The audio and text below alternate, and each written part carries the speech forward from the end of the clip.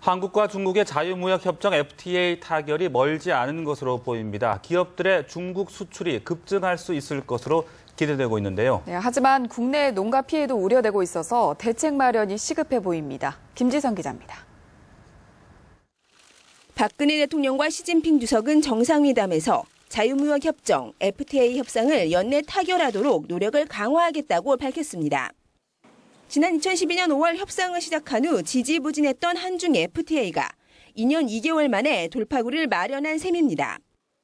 중국은 제조업, 한국은 농수산물 시장 개방을 종전보다 탄력적인 자세로 논의한다는데 의견 접근이 이루어진 것으로 알려졌습니다. 따라서 이달 중 열리는 한중 FTA 12차 협상부터 보다 구체적인 논의가 이루어질 것으로 보입니다. 다음번 협상에서는 이제 그동안 양국이 좀 첨예하게 대립하던 쟁점들에 있어서 다소간의 그래도 진전이 일어나지 않을까 이런 기대를 해볼 수 있을 것 같고요. 하지만 FTA 타결까지 가는 과정이 마냥 순탄하지는 않을 것으로 보입니다. 쌀 시장 개방은 상당수 농민들이 반발하고 있어 대책 마련이 시급합니다. 우리 정부는 FTA 협상을 진행하면서 취약업종의 피해를 최소화하는 지원책을 함께 준비한다는 방침입니다. 일단 농축산물 수입을 제한하는 초민감 품목군에 가능한 한 많이 배정하고 검역 기준을 강화해 중국산 수입을 가능한 한 억제할 계획입니다.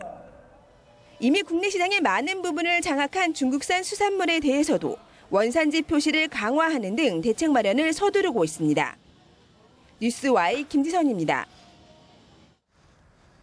시진핑 중국 국가주석의 방한을 계기로 원위안화 직거래 시장 개설도 논의되고 있습니다. 중국은 한국의 최대 교역국이어서 상당한 이익을 가져다 줄 것으로 기대됩니다. 김지수 기자입니다. 박근혜 대통령과 시진핑 중국 국가주석이 서명한 10여 개의 협력 문건 중엔 원위안화 직거래 시장 개설이 포함되어 있습니다. 원위안화가 직거래되면 두 나라가 물건을 사고 팔 때 달러로 바꾸는 번거로움이 사라집니다. 또 환전 수수료 등 거래 비용이 줄고 환율 변동 위험도 감소합니다.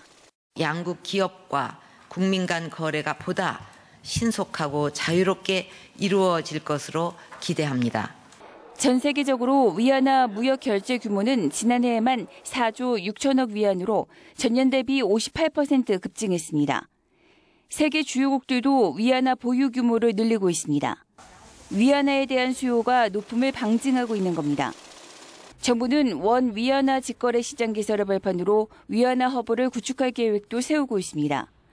위안화 관련 예금과 채권 발행, 파생상품과 보험 등 다양한 금융상품 거래가 한국에서 이뤄지면 경제적 파급 효과는 엄청날 전망입니다. 중국은 위안화의 기축통화 작업을 추진하고 있어 한국의 위안화 직거래 시장 개설을 내심 반기고 있습니다. 뉴스와이 김지수입니다.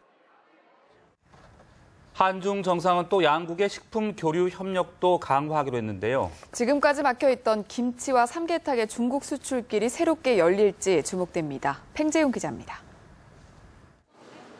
일본, 미국, 대만 등 세계 곳곳으로 한 해에만 9천만 달러어치가 수출되는 김치.